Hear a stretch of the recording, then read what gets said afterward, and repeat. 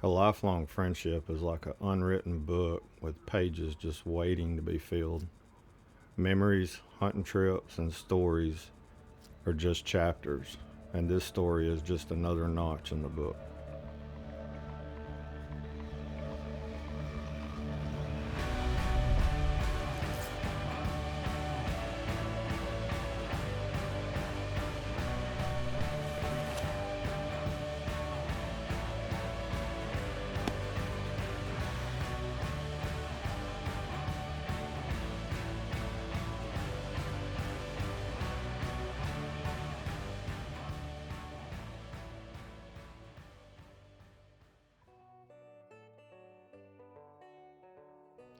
Hank and I met 20 years ago when I trained his first dog, Dori, and she was a nice one. And watching his family grow around Dori as we transitioned her over was, just part of it. And, Dori was a great one, and they're never here long enough. And that's where Brizo comes in. It's always a stressful thing trying to replace that last dog, and that's why we decided to hand deliver her and make sure that relationship went off right.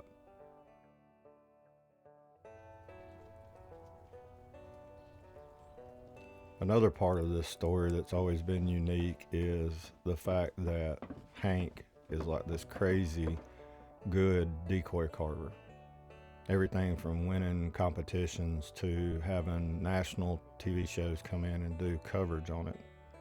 And so finally getting here to see that and then actually hunt over these decoys just makes this trip that much more meaningful to us.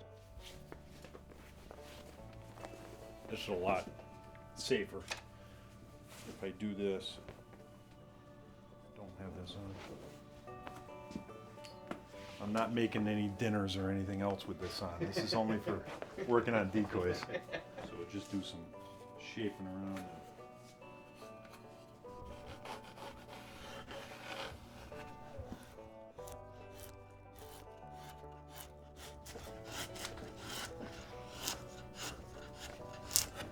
So what made you get into doing decoys again? I wanted to carve my own birds to shoot over them.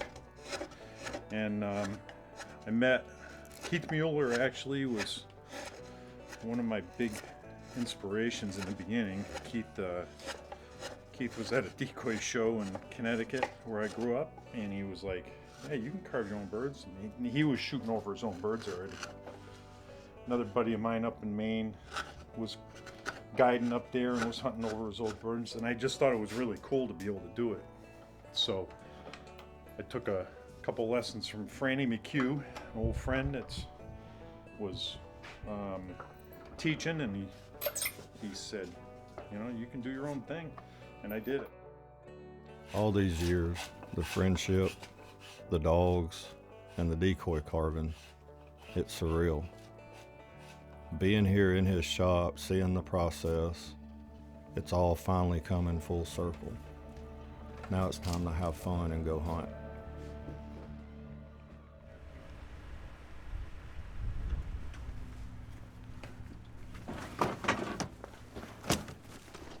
All right, ready to go.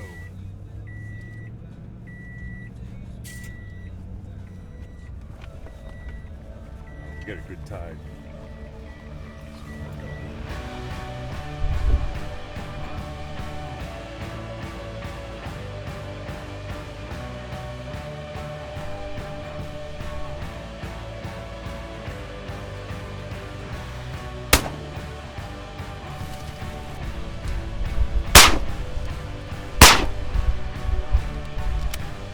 Here.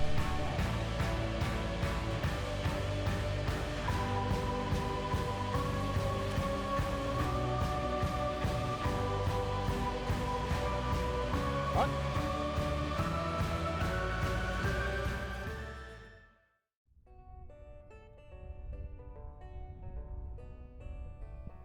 So after 2 days of chasing black ducks, fighting the 11-foot tides, and running around the salt marsh, we decided to change gears and stay at Woodbridge Island and look into the old squaw hunt, another thing that we've discussed for years doing.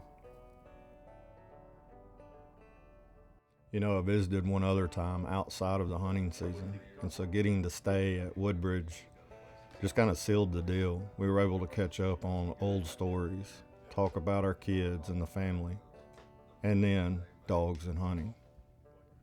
And what a better way to wrap up this hunting trip than to hunt old squaw out of handmade boats in the Merrimack Bay.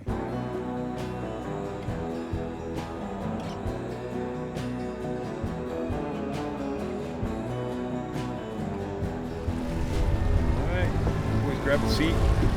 We'll see if we can get some old squaw.